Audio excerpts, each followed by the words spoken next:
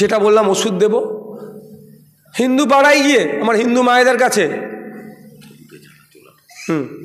হিন্দু পাড়ায় গিয়ে আমার হিন্দু মায়েদের কাছে যদি দাঁড়িয়ে যাই, বাপেদের কাছে দাঁড়িয়ে যাই, তৃণমূলের তোলাবাজ রায় ভোট কাকে দিবি, স্বাভাবিকভাবে আমি তো বলি তৃণমূলের ঝান্ডালে মিছিলে হাঁটো, যাতে না তোমাকে ধরতে পারে, ভোটটা দেওয়ার সময় খাম চিহ্নে দেবে। কিন্তু এখন ওগুলো উড়ে যাচ্ছে, ফেল করবে। ওই আমার হিন্দু মা বোনেদের কাছে গিয়ে হয়তো মাথায় গীতা তুলে দিতে পারে, মুসলিম বাপ ভাইদের কাছে মায়েদের কাছে গিয়ে মাথায় কোরআন শরীফ তুলে দিতে পারে, এদেরকে বিশ্বাস করতে একটুও নেই। তবে একটা কথা আমি বলতে পারি, আমি সত্যতা জানি না, একবার ফেসবুকে একটা পোস্ট দেখছিলাম যে আপনি কোনো সময় যদি এটিএমের মধ্যে গিয়েছেন, এটিএম রুমে গিয়েছেন টাকা তুলতে, সেই সময় দুষ্কৃতীদের সম্মুখীন হয়ে গেছেন, দুষ্কৃতীরা বলছে 500 মারো,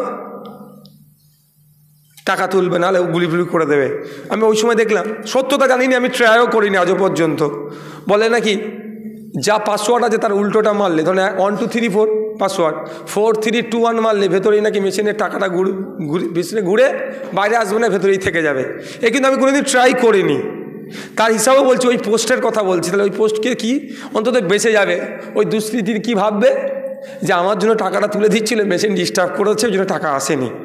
তো আপনার মাথায় কোরআন শরীফ তুলে দিলে, আপনার মাথায় গীতা তুলে দিলে, আপনার মাথায় ধর্মগ্রন্থ তুলে দিলে, ঠিক এটিএমে যে ধরনের এইটা শিক্ষা দিয়েছিল একটা পোস্টে, শিক্ষাটা আবারও বলছি, আমি সত্যতা যাচাই করিনি, ঠিক এই ধরনের অ্যাপ্লাই আমাদেরকে তাহলে করতে হবে। এবার কীভাবে অ্যাপ্লাইটা করবেন আপনাদের কি বলতে হবে নাকি? 500 টাকার নোট দিয়ে যদি বলি 2000 টাকার নোটকে বিশ্বাস করবেন? তাহলে সব কি খুলে বলতে হবে? হ্যাঁ, সব খুলে বলতে হবে নাকি? বুঝে নিয়েছেন? মানুষকে যে বলুন ভাই, 2-3টে বিষয় আর বলবো, তার মধ্যে অন্যতম হচ্ছে, ভাই অনেকে বলে, গতকালকেও বললাম যে নাকি বিজেপি আমাদেরকে কোটি কোটি হাজার কোটি টাকা ফান্ডিং করছে। সেই কি হচ্ছে, কবরের খবর মোর্দায় জানে কথা আছে না, কার খবরে কি হচ্ছে, যাকে শুইয়ে দিয়ে আসা হচ্ছে সেই জানবে, আর কেউ বলতে পারবে না। তো কথা হচ্ছে, আমরা দল চালাতে গেলে আমার বাপ ভাই যারা আছেন আমরাই ভালো বুঝছি, যদি হাজার কোটি টাকা দেয়, অনেক টাকা, সে টাকা দরকার নেই। আমি গতকালকে বলেছিলাম, আজকেও বলছি, যারা এই ধরনের টাকার কথা বলবে, হাজার কোটি টাকা বলবে, আমাদের চেয়ারম্যান বলেছে লাইনটা কর না, টাকা আসার লাইনটা দেখ, 10% আইএসএফ নেবে, 90% তোকে দিয়ে দেবে। যদি 1000 কোটি টাকা দেয়, তার 10% কত টাকা হচ্ছে বলো তো? তাহলে আমাদের পার্টি চলে যাবে না বলো?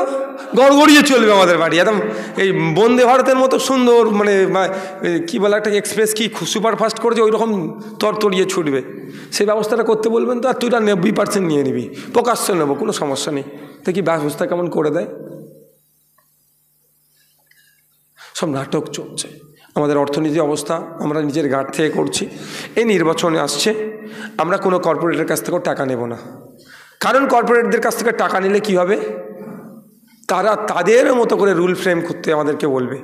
আমরা জনগণের জনপ্রতিনিধি হব, জনগণের হয়ে কথা বলবো, শ্রমজীবী মানুষের হয়ে কথা বলবো, কৃষকের হয়ে কথা বলবো, সর্বোপরি নাগরিকের হয়ে কথা বলবো। আমরা নাগরিকের কাছে গিয়ে হাত পাতবো। কারো ইজ্জতে লাগবে নাকি? কারো ইজ্জতে লাগবে নাকি? আমরা বুথে বুথে গিয়ে মানুষের কাছে পৌঁছে যাবো। বিল কুপন নেবেন, বিল কুপন ছাড়া 1 টাকায় কিন্তু কেউ হাত দেবেন না, 1 টাকা বিল কুপন ছাড়াতে কেউ হাত দেবেন না। আমাদের এখানে যারা নেতৃত্বরা আছে, বিল কুপন আপনাদেরকে দেবে, মানুষের কাছে পৌঁছাবেন যে আমাদের নির্বাচনী তহবিলে আমাদেরকে দান করুন। আমরা কারো প্রমোটারদের টাকা, কোনো কর্পোরেটদের টাকা আমরা নেব না। প্রমোটারদের টাকা নেবেন, কালকে আপনার সামনে যে রাস্তাটা হবে, সে টাকা কোথা পাবে? তার কি টাকা ছাপানো মেশিন আছে নাকি? আমাদের ধরো না, দেগঙ্গা নূরপুরের কথা বলছি, দেগঙ্গা নূরপুরে, নূরনগরের কথা, আরে উদাহরণের কথা বলছি। একটা প্রমোটারকে বললাম যে ভাই, আমাদের পঞ্চায়েতের টাকা দেয়, লোকসভায় আমরা কন্টেস্ট করব, আমাদেরকে কিছু ফান্ডিং দাও। সে তো দিল, তার মতো দেবে। তারপরে যখন একটা ঢালাই রাস্তা হচ্ছে, কি করবে?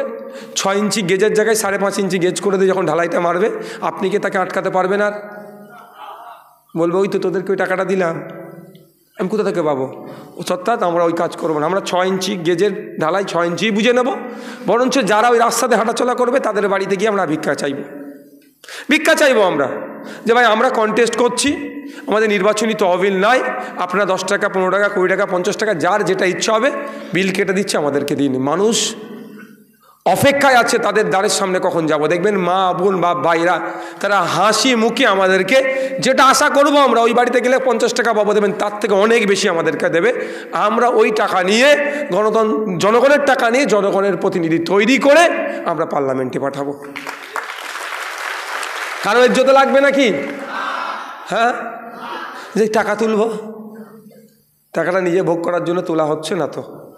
আর যে টাকাটা 10 টাকা তুলুন আর 100 টাকায় তুলুন, সবটাই পেপার তার এগেনস্টে আমরা দিয়ে দিচ্ছি। আর সেটা আমরা কাদেরকে বুঝাবো? ইসিআইকে আমরা প্রত্যেকটা ডেটে আমরা ইলেকশন কমিশন অফ ইন্ডিয়াকে ভোট শেষ হলে নির্দিষ্ট টাইমের মধ্যে এক্সপেন্ডিচার রেডি করে আমরা সেখানে পৌঁছে দেবো। আইনের দু একটা কথা বলবো, অ্যাডভোকেটরা আছে তাদের সামনে, আইনের কথা বলা মানে আমাদের ভুল হবে, তারপরেও বলছি। অনেক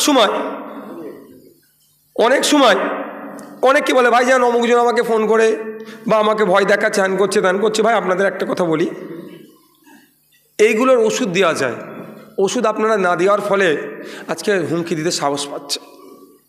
আপনাদের প্রত্যেকের হাতে এখন অ্যান্ড্রয়েড সেট আছে তো, এখানে প্রত্যেকে মেল আইডি দিয়ে ফোনটা খুলেছি আমরা, আমাদেরগুলো বলে দেবে পরে। আপনাকে কেউ যদি হুমকি দিল, অশ্লীল ভাষায় কথা বললো, আপনাদেরকে বাইক নিয়ে এসে চেপে দিচ্ছে, আপনাকে মেরে দেবে বলছে, যা করছে একটা করে মেল থানাতে আর এসপি থেকে দিয়ে করে রাখুন না। যা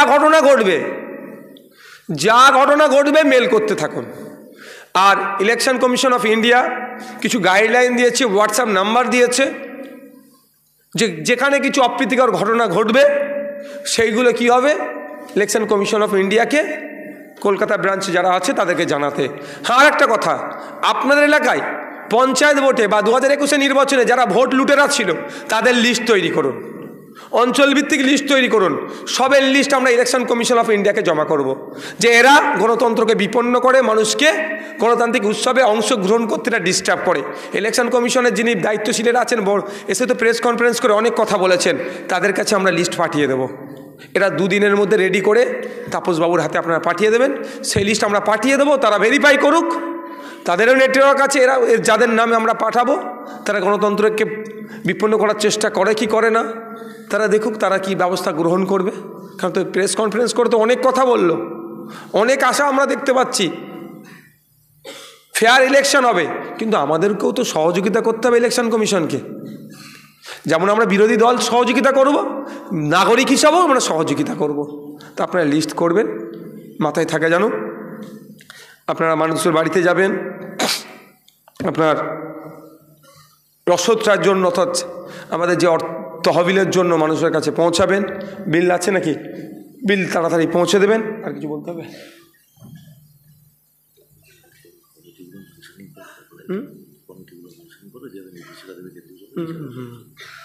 অবশ্যই অবশ্যই।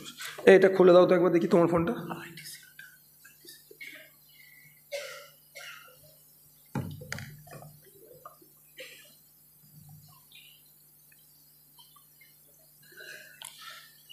তাপসদা বিস্তারিত থাকা লাগবে না, তাপসদা তো বিস্তারিত বলবে, আপনাদেরকে বলেছেন।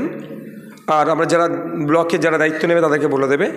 একটা আমাদেরকে নির্বাচনী কার্যালয় তৈরি করতে হবে, যারই কাছ থেকে নেন না কেন আপনারা, আপনাদের এলাকা তো ব্লক ভিত্তিক একটা করে করতে হবে, অঞ্চল ভিত্তিক করতে হবে, একটা সেন্ট্রালি করতে হবে। কিন্তু যেখানেই নেন না কেন প্রত্যেকের এনওসি নিতে হবে, প্রত্যেকের কাছ থেকে এনওসি নেবেন আপনারা। ভাড়া হলে ভাড়ার চুক্তিপত্র, কেউ বিনামূল্যে দিল যে আমার এইখানে শহরে এই দোকানটা আছে তোমরা চালাতে পারো, যাই হোক না কেন প্রত্যেকের কিন্তু এনওসি বা চুক্তিপত্র আপনাদেরকে রাখতে হবে। নাহলে আমাদের এটা অনেক ক্ষেত্রে সমস্যা হয়।